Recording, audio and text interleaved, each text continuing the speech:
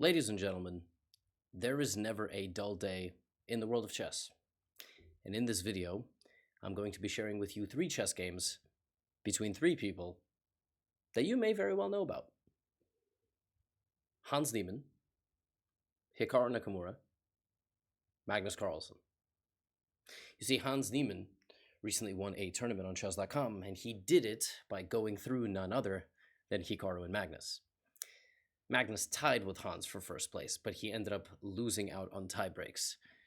So I've got to share this accomplishment with all of you. This is a constant and ongoing rivalry in the chess world, and it attracts the eyeballs, whether you like it or not. Also, I'm in Berlin. I am actually recording a video here as part of my European tour. Tomorrow I will be in Munich, and just outside this door in this hotel are people walking by. This is the hallway. It's a small room. I'm in the corner, and they're probably going to be able to hear me recording, which is slightly off-putting. But anyway, for dessert, I will serve you Hikaru versus Magnus. For your main course, we will do Hans versus Magnus. And for your hors d'oeuvre or your appetizer, we are getting Hikaru versus Hans. No matter where you look in this video, I'll even put timestamps in the video player, I won't forget. We are going to look actually through the eyes of Hans Niemann, how he won this tournament. Now look at Hikaru's rating, 3375. Hikaru recently set a record on chess.com, 3400 of a blitz rating. He opened up against Hans with the move b3, and Hans responded the most principled way with e5, right? Because if white is going to put the bishop here, you should take the center. Bishop to b2, knight c6. This defense. And now Hikaru plays c4. What's funny is that at the computer level, the move c4 is seen as a very slight inaccuracy. The computer is not happy with the fact that white has not committed either of these 2 pawns. Now, normally Hikaru is able to get away with stuff like this against players of lower strength, even strong grandmasters, but players that are not that experienced because they don't know the best way to take advantage of it, but Hans does. And Hans plays d5, 2 knights, 2 pawns in the center. This is exactly what you're taught in beginner chess videos. Pawn takes, knight takes, and now black is actually, again, according to deep engine analysis, very, very slightly for choice because white has not really fought for the center so intensely, and black is going to have more space. And computers really, really like space. Let me grab my coffee real quick, actually. I just realized I left it over here. Oh, goodness. Oh, man, this tour is pretty wild. I'm going to be in 11 countries in 27 days by the time this is over. You know what I miss? I miss my wife, I miss my doggy, and I miss my bed. In that order. a3 from Hikaru. Waiting move. I mean, again, move 6. White has played 3 pawns to the 3rd rank. This pawn has been traded. White has not developed a knight, but the position is still fine. Bishop e6, knight f3, f6. You can sometimes play pawn like this. This blocks the bishop, stops the knight from going to g5, and also black will probably play queen d7 to equal out the light squares, and then black is going to castle. That is exactly what he does. Hans plays queen d7. This is a very nice, very harmonious position for black. Everything is developed, and if you've ever wanted to prepare a very quick queenside castle, which is not something beginners and intermediates consider very often, most people just sort of autopilot castle short, then well, this is the way you're going to do it. Now Hikaru plays knight c3, and Hans takes. He thinks for a little bit, he takes on c3, which is an interesting move.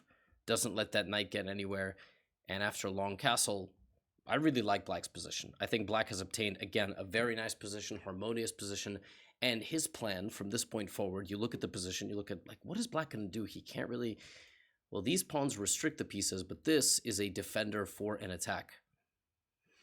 That is what Hans is going to go for. Hikaru begins launching his own little attack, and Hans plays g5. And now this is a haymaker type of game. Hans has talked a lot about Hikaru. Hikaru has also, in fairness, talked about Hans.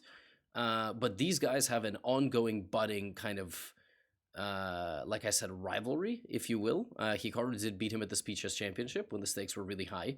You know, g5. And now g4, look at this. Hans just going straight down that left side of the board. He has followed good principles. He played for the center, developed his knights, developed his bishop. He castled, and now he's launching an attack. Hikaru has kind of violated the principles.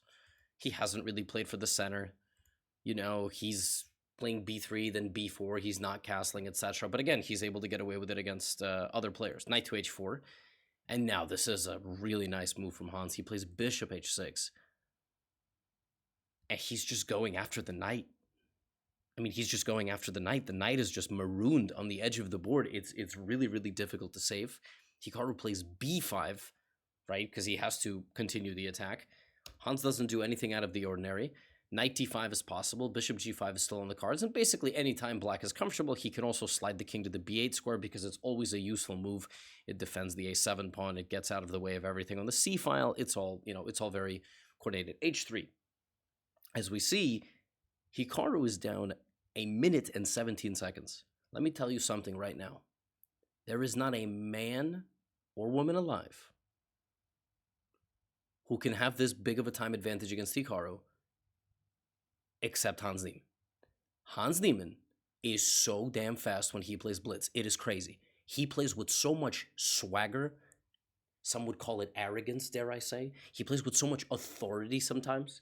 I do say sometimes because sometimes he's very, very unpredictable, And like, we don't see Hikaru getting kind of blitz like this early in the game. Pawn takes h3, right? And Hikaru plays g3 to create a level of stability, sacrificing a pawn but kind of slowing black down. But there we go. Hans, in 5 seconds, just responding with an improving move. And he's just playing tennis. He's hitting the ball back to Hikaru. a4.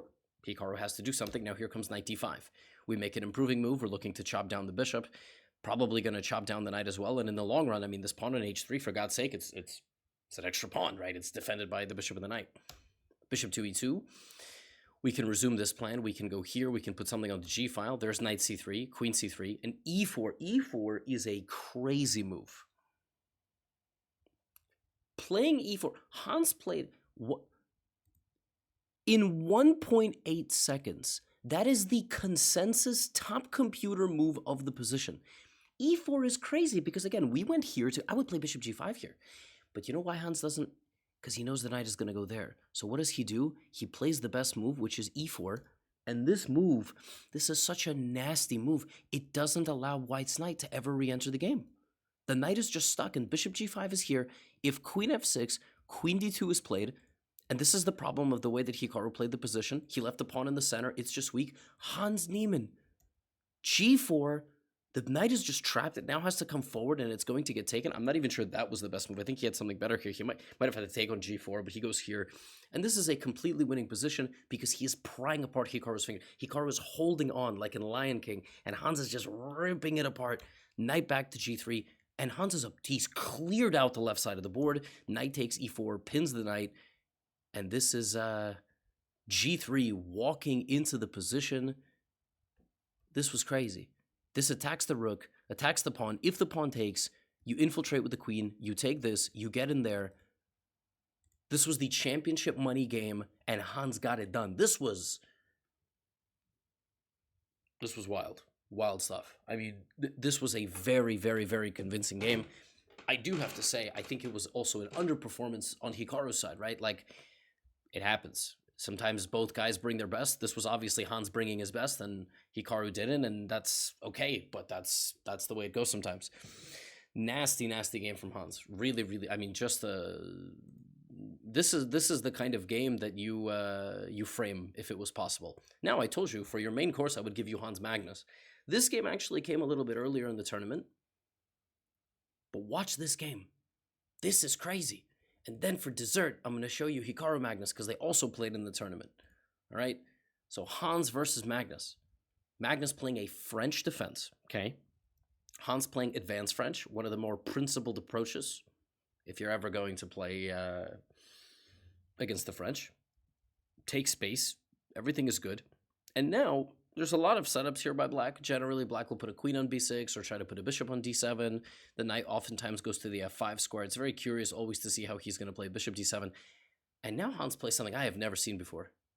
Where was it? It was, I'm not sure I can... He plays this move, g3. I don't know. I've not seen this move like ever. I don't know this move. I really don't know this move. He's just trying to develop a bishop. knight e7, and now bishop h3. And I guess the simple idea is that if the knight goes to f5, you're going to take it? No, that's not. I mean, I thought like maybe something like this, but this doesn't even make sense because you put so many pawns in the dark squares, right? Why would you do that? So I'm not sure, really. I would love to understand. But the best move for black is not even to go knight to f5. Or maybe that is the idea, you know? It's to take on c5 and then take on f5. Pawn takes d4, pawn takes d4, and now Magnus has to put the knight on g6. So Hans's setup has kind of stopped the knight f5 idea, right?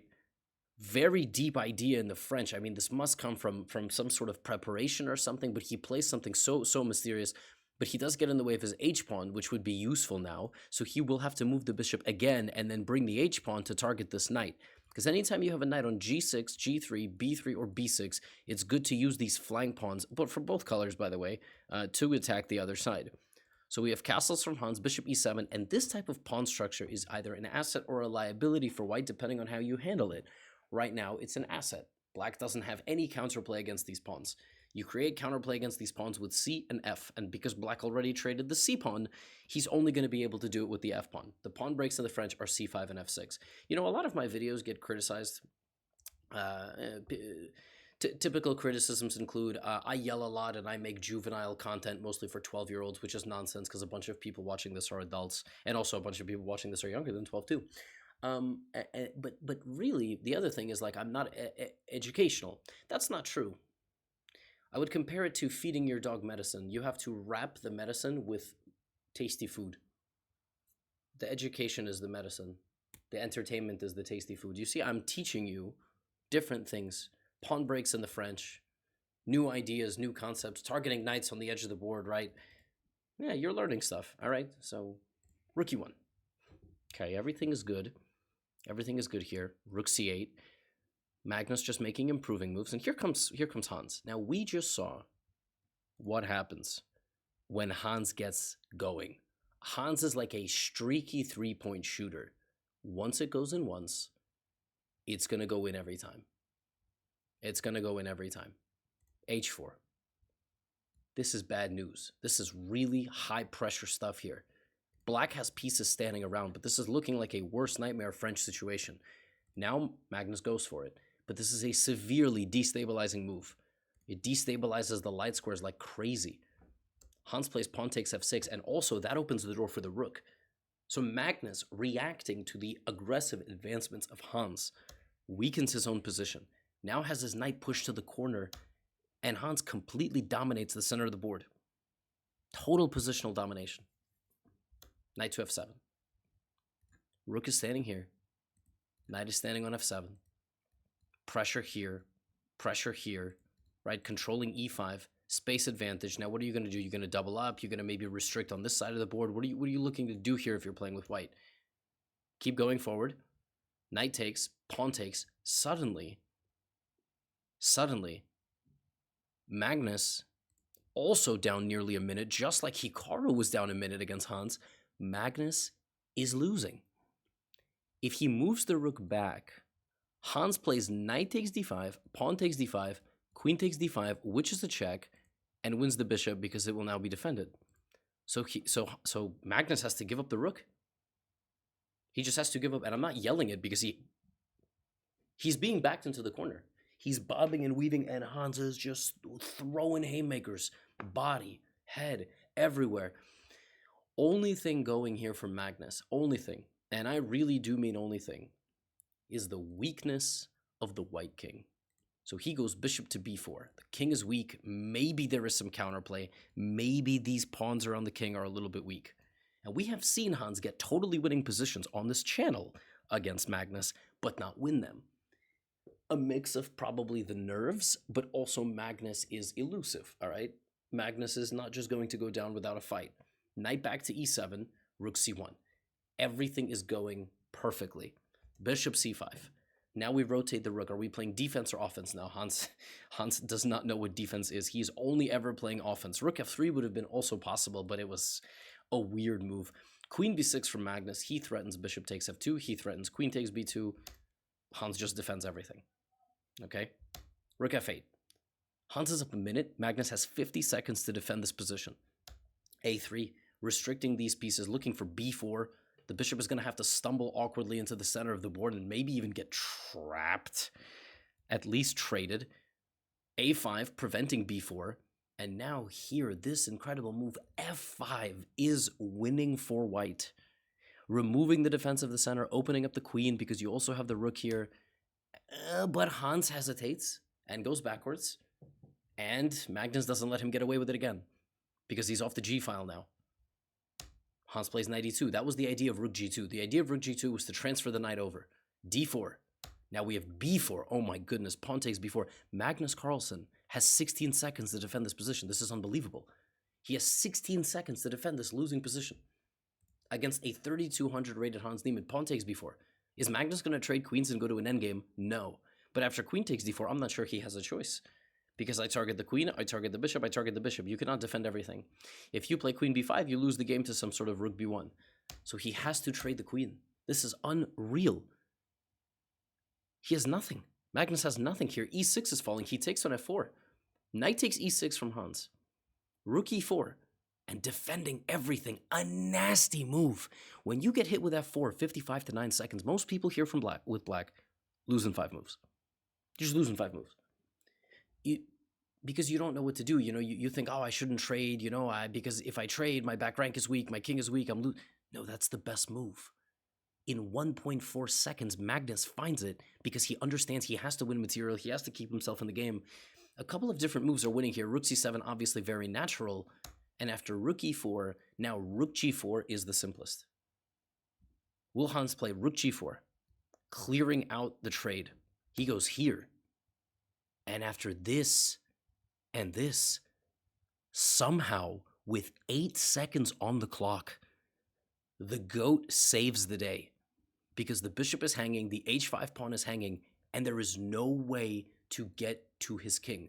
The only 2 squares where the king can be checked by a bishop are completely covered, and when the bishop goes all the way back, there is check, and also rook takes h5.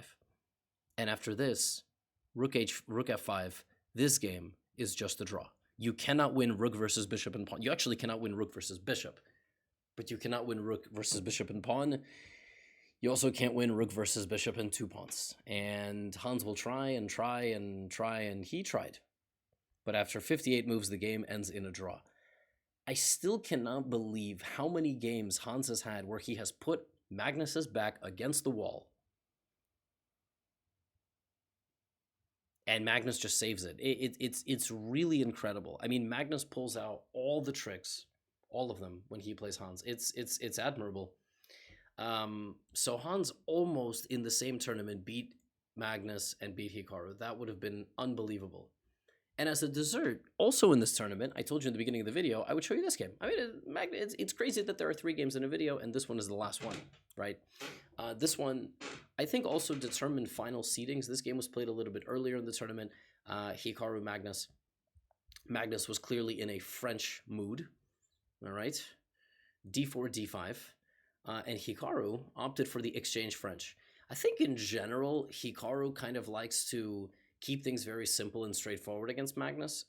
He kind of forces Magnus into maybe positions where he has to be more provocative, and let it be known he was extremely provocative right away. You can, of course, be bored to death and play a completely symmetrical position in the exchange French, or you can immediately seek imbalance. This is the way I used to play, actually. When I used to play the French defense, that was a fun period in my life. I won some nice games. I beat Grandmaster Oliver Barbosa, who I haven't beaten since. And I beat Alexander Strapunsky. Is that correct? Yes, I beat Strapunsky in a French defense. So c3, bishop d6, bishop d3, knight e7, knight bd2, and Magnus goes for the trade of the light-squared bishop. Hikaru moves the knight to f1. He wants to transfer it to the middle before committing anything else. Queen d7, knight e3, very solid position, and both guys castle. Now, Magnus put the knight on e7 and put the knight on c6. Not particularly traditional squares. Everything else is symmetrical. The e-pawns have been traded. The rest of the pawn structure is the same. The pawn on c3 controls knight from going to b4, but this is the key difference. The key difference is that Magnus does not want to play a stable position. He is not after playing a position which is boring and symmetrical. He wants to use his pawns. So the knight will not be able to go there. Also, f4 will push the knight backwards again. This square could be very nicely controlled, although it's going to take minimum 3 moves to get a knight to this square. And actually, not even minimum, it's going to take minimum 4 moves, because the knight would have to go there, which is impossible. So maybe 1, 2, 3, 4 just shows you how inconvenient knights are. So instead of doing all of that, Magnus pushes Hikaru's knight backwards, and now a very prudent move, queen trade.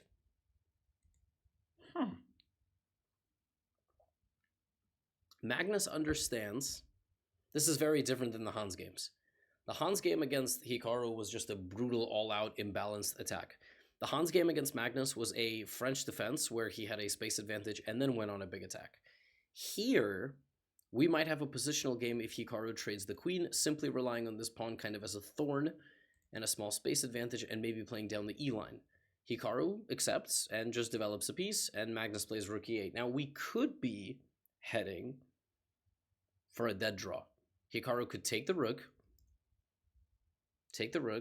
and try to trade the second one. Although in that case, I'm not sure black has to accept. Like, you look at this, it might be possible, but Hikaru plays b3.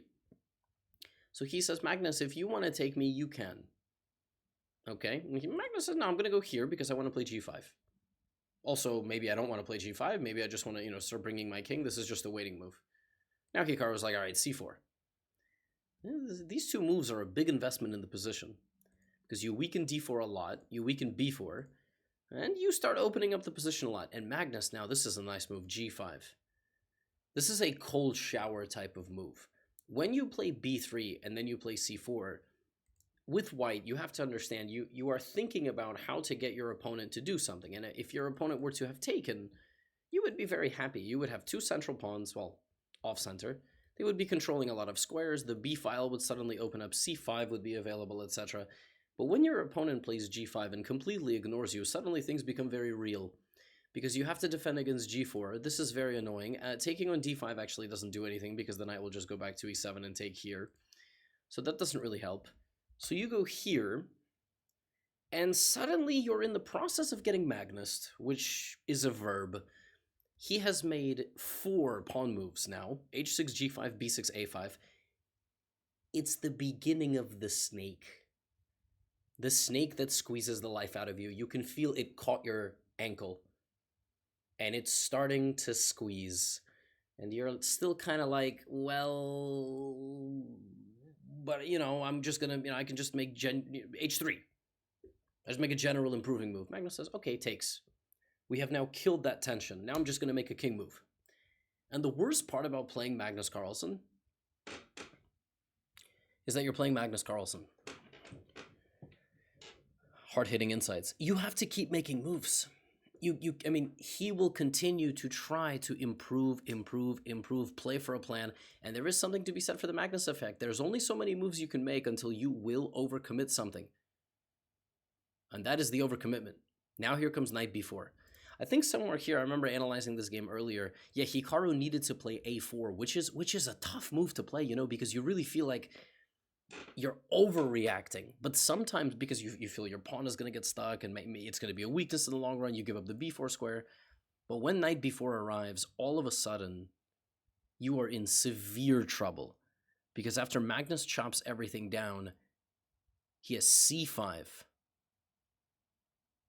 And what do you even do? If you take, he's going to take back and continue the pressure. If you push, let's see what Hikaru does. Hikaru plays king d3, but knight takes d4, knight takes, pawn takes.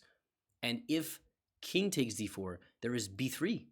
So you probably have to stop b3. If you took on d4, there was something else. And out of nowhere, you have just been outmaneuvered, outplayed. d3 sacrifices the pawn, opening up the bishop. The pawn sneaks all the way down. This is nasty. This is nasty business. Really nasty. You know what the point is?